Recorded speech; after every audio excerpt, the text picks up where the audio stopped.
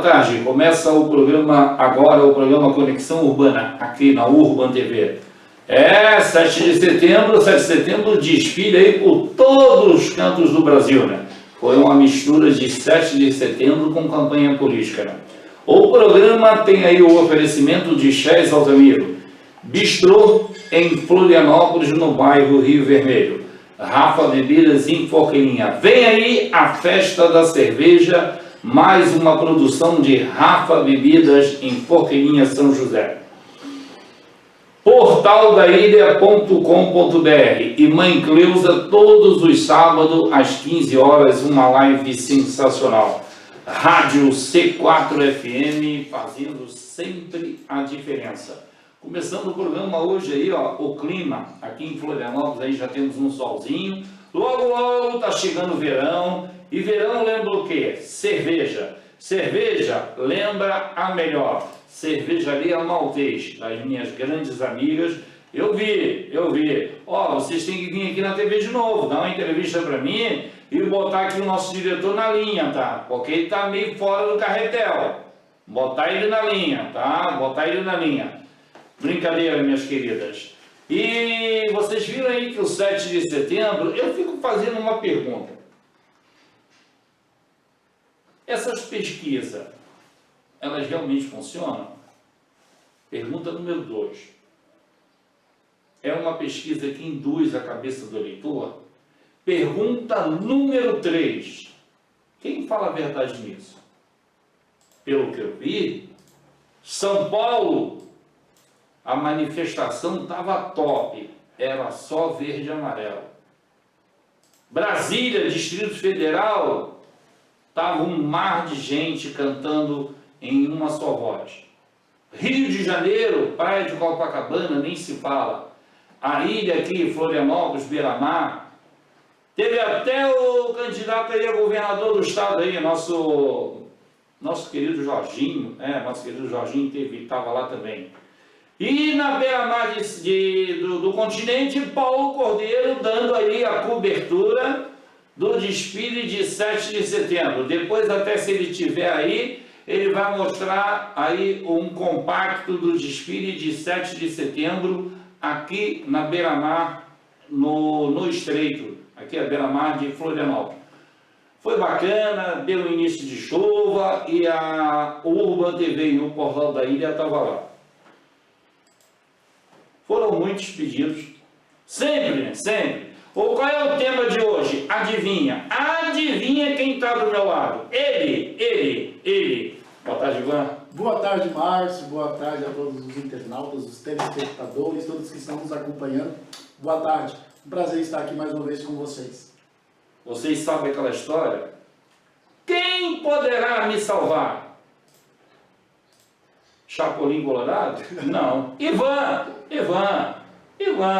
Não é o Chapolin Colorado, mas está aí. Ivan, nós temos aí alguns temas muito interessantes. Temos um mês que enfatiza a conscientização sobre o transtorno e a prevenção do suicídio. Busca por equilíbrio emocional ter aumentado gradativamente nos últimos meses, também dentro da organização. Qual é o motivo disso?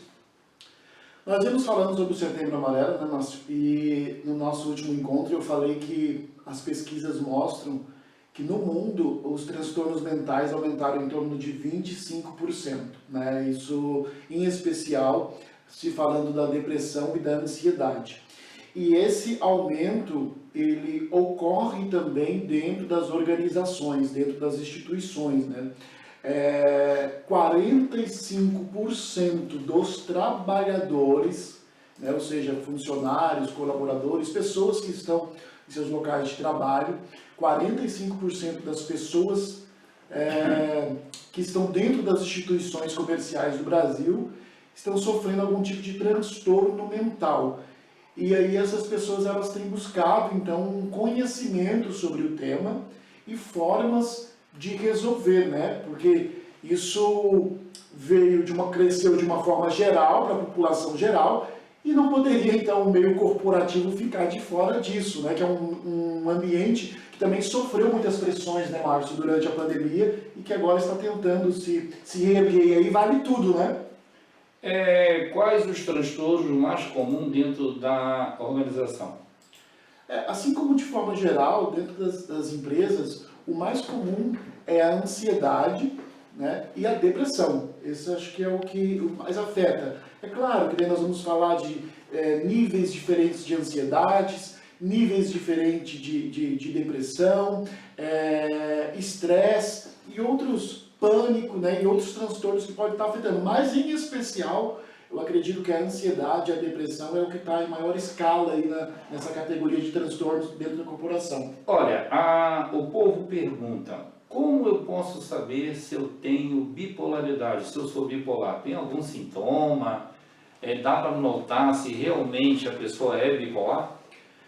Na realidade, o que acontece? A bipolaridade ela é uma oscilação entre os extremos, né? E sempre que a gente vai falar de um transtorno, de um diagnóstico de transtorno, primeiro eu gosto de enfatizar que quem precisa dar esse diagnóstico é um profissional da área da saúde. Mas o que pode te chamar a atenção, que demonstra que você está com algum tipo de transtorno? E falando especificamente da bipolaridade, Sim. São os extremos, aquela pessoa que hoje está super eufórica, né? Vamos ver, vamos para cima, está empolgada e qualquer coisa está rindo, e de repente do nada ela vai para o outro extremo, que é a melancolia, a tristeza exacerbada. Aquela pessoa que ontem à noite você falou com ela estava, amanhã vamos fazer isso, vamos para o 7 de setembro, vou levar minha bandeira e tal. Aí quando chegou no dia de manhã você ligou para ela, não estou afim, não estou empolgado, estou com os problemas aí, entende? Então essa oscilação, esse trânsito, né, de uma polaridade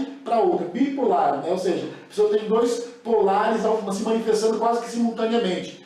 Euforia e melancolia, euforia e melancolia. Olha, eu já pensei que era outra coisa, né? Entendeu? Já pensei que era outra coisa. De repente você diz que gosta do amarelo, daqui a pouco diz que gosta do verde. Diz que tu gosta de gato, daqui a pouco tu gosta de gato, ou não tu gosta de cachorro. Eu pensei que fosse isso. Aí nós já estamos falando de um transtorno de personalidades, né? Que daí são pessoas que têm diversas, claro, é bem mais complexo que isso, mas são pessoas que têm diversas personalidades, né? Hoje ela está com essa personalidade que de repente tem o prazer, tem a atração, tem o sentimento, tem o gosto por alguma coisa, e de repente no dia já está numa outra personalidade que é extremamente ao avesso. Não é tão simples assim, mas acho que se enquadraria mais dentro do transtorno de personalidades daí. Eu já falei que eu não gosto de falar difícil. Não gosto.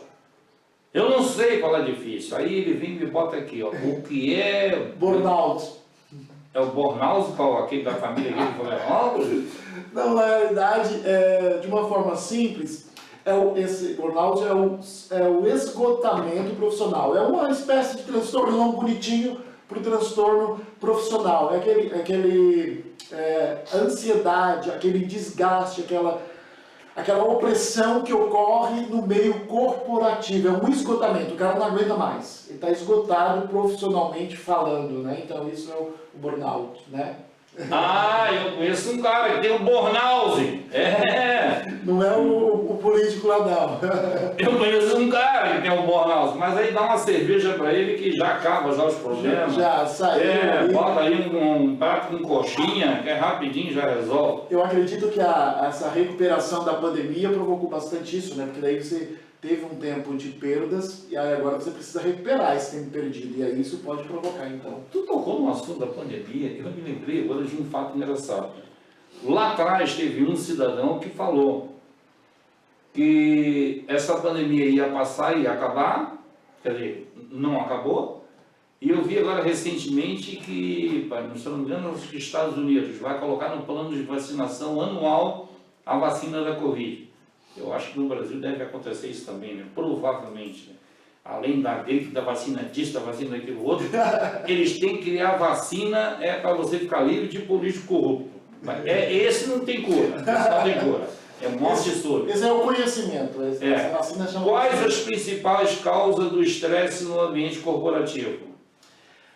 A gente pode citar várias, mas eu colocaria em primeiro lugar essa divergência entre a cultura organizacional e a cultura pessoal do colaborador. Né? O que é a cultura organizacional? É um estilo de vida da organização, é aquilo que a organização acredita, é como a organização se comporta. Né? Vamos supor, uma organização ela pode dizer que nós precisamos vender a qualquer custo, não importa o que você precisa fazer. Nosso lema aqui é vender, vender, vender. Isso é uma espécie de cultura organizacional. E às vezes o camarada que é o vendedor, ele tem uma cultura que, por exemplo, que para ele não vale qualquer coisa para atingir os objetivos. Né? Por exemplo, não vale mentir, não vale enganar. E de repente aí o cara começa a entrar em conflito com isso, porque ele tem que vender, ele tem uma cultura organizacional que diz para ele que o mais importante são os resultados, sem que se preocupe com o meio, e aí você tem uma pessoa que é muito preocupada com o meio. Para mim o mais importante é como que eu vou alcançar esse objetivo. Né? E aí nós temos salários incompatíveis, nós temos questões, uma gestão inflexível. Hoje em dia nós temos uma vida bastante corrida e às vezes aquele tipo de liderança que não é flexível com o funcionário, que ele quer que o funcionário dê tudo de si, mas às vezes não tem uma contrapartida quando o funcionário precisa. É uma falta de planejamento de carreira, né? Uma falta de investimento no funcionário, estar na posição errada, no cargo errado, tudo isso pode gerar aí esse estresse no mercado de trabalho. Horários incompatíveis, né? Onde a pessoa não consegue mais ter uma vida social, uma vida pessoal adequada, então tudo isso pode gerar esse estresse no meio corporativo, né? Qual é o papel da organização nesse processo e como elas podem ajudar? Então, as organizações, a primeira coisa que a organização precisa entender é que trabalhar a saúde mental e emocional do colaborador não é um custo, é um investimento. Como que a empresa pode ajudar nisso? Já foi um pouco mais difícil, mas hoje já se tem uma mentalidade um pouco mais aberta com relação a isso. Você pode investir na saúde emocional dos seus funcionários de diversas formas. Em palestra, trazendo para dentro da empresa um terapeuta, um psicólogo, um mentor, um coach para fazer um trabalho. Planos de saúde que possa cobrir um processo de psicoterapia para esse funcionário. Fazer retiros onde possa ser promovido o autoconhecimento, o entrosamento. Você pode preparar melhor os seus líderes. Muitas vezes a pessoa está no cargo de liderança, ela não tem preparo para lidar com as pessoas, ela não tem empatia, né? E aí aquele líder que tira porrada e bomba, e aí os funcionários os colaboradores acabam então se sentindo desmotivados. Então a empresa pode ajudar nesse sentido, sendo um pouco mais flexível, abrindo um espaço para que o funcionário possa falar, possa se expressar de forma agradável, processos terapêuticos, treinamentos, investir de fato na saúde emocional do funcionário. Um recadinho para vocês. Confira as principais notícias diariamente da sua região no portal da Ilha Digital. Acesse o site portaldailha.com.br e fique por dentro de tudo que acontece em sua cidade. Portal da Ilha Digital, o seu portal de notícias da grande Florianópolis. Ivan, eu vou te fazer uma pergunta. Na verdade, eu sempre quis fazer essa pergunta, mas a gente tem que tomar cuidado no que vai falar para não repercutir ou não ser mal interpretado. Há muito tempo atrás, o padre Marcelo Rossi foi notícia na mídia porque ele fez o seguinte comentário. Aí você vai me dizer qual é a tua avaliação. Não seria bem o que tu entende por isso, qual é a tua avaliação como psicólogo, como terapeuta, como enfim, da tua área que assim compete. O padre Marcelo Rossi disse que o homossexualismo é um desvio de conduta que tem que ser tratado. Aí ele foi processado por várias ONGs, fizeram um estardalhaço medonho. Qual é a tua avaliação como profissional da tua área? Isso tem sentido, não tem sentido? É totalmente fora de cogitação? Realmente é um tema que é bem polêmico e é difícil você abordar esse tema sem que você possa sofrer retaliações, né? Ser esfolado. Sem você ser esfolado. Mas na realidade, assim, quando Freud começa a desenvolver a sua teoria psicanalítica, né, ele coloca então o homossexualismo como uma espécie de transtorno, como uma espécie de distúrbio, né, que poderiam ser provocados por diversas questões mal resolvidas durante a infância da criança, né? Todo aquele processo de que o menino nasce, o primeiro grande amor dele é a mãe, né? Essa atração dele, esse sentimento dele que ainda não é propriamente sexual, mas ele tem uma admiração, um sentimento pela mãe que é forte, no caso do menino, né? Depois de um determinado momento, precisa entrar essa figura paterna que faz esse corte, que mostra para o menino que não são só dois, que agora são três pessoas, e que o pai é que é o chefe, é que é o marido, que é o mandatário naquela casa, e ele traz o menino para perto dele. E aí esse menino começa, ele mantém ali essa afeição pela mãe, mas ele começa a se espelhar no pai, né, como figura masculina. O que ele precisa ser para que mais tarde ele venha conquistar uma mulher como a mãe, né? E aí essa transição que chama ali de complexo de Édipo, que é o menino que quer matar o pai para ficar com a mãe e tal, quando a criança ela consegue resolver bem isso, ele vai se tornar um adulto hétero, né, de forma a seguir o mesmo caminho do pai. Quando há esse conflito ali, que ele não consegue fazer essa transição, que ele está muito ficcionado na mãe, ou que às vezes esse pai não exerce bem essa figura paterna, é um pai violento, é um pai que despreza, aí Freud usava isso para explicar que mais tarde esse menino poderia vir a procurar essa figura paterna em outros homens. E aí então desenvolver o homossexualismo. Até pouco tempo o homossexualismo ele estava lá enquadrado dentro dos transtornos como doença e foi retirado então de dentro desse manual, né? Aí agora dizer se isso que isso é genético, que isso é comportamental, que isso é escolha, aí já é um ponto que eu prefiro não entrar muito. Acho que existem casos e casos, né, que a gente precisa analisar. Não levou choque. Eu botei ali o fio ali para ver se ele era eletrocutado. Esse é profissional. Ele soube, sair pela porta da direita, bacana, bonito, bonito. Qual é a vantagem ou benefício para a organização em investir na saúde emocional do colaborador?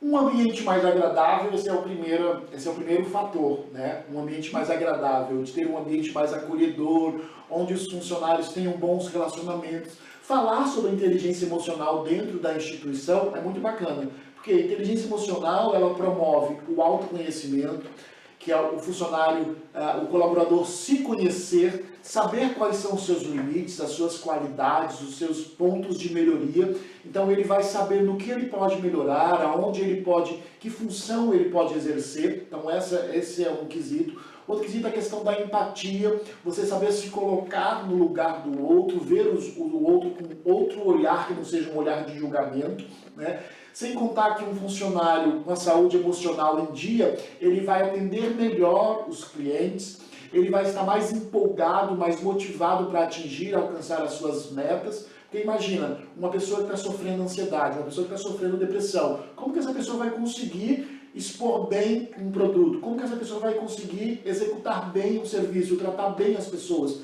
Acredito que todos vocês já chegaram em alguma empresa e foram atendidos de forma inadequada. E às vezes é uma questão de ignorância da pessoa, mas às vezes é porque aquela pessoa está passando por um processo emocional complicado e ele não sabe como lidar com isso, a empresa não sabe como lidar com isso e só diz assim, o seu problema deixa lá fora, aqui você é funcionário. E aí obriga a pessoa a lidar com aquilo sozinha. Então quando ela começa a trabalhar essas questões, todo o ambiente melhora e há um retorno financeiro também para a empresa, né? Porque como você está bem de saúde emocional, você produz melhor e o retorno é melhor.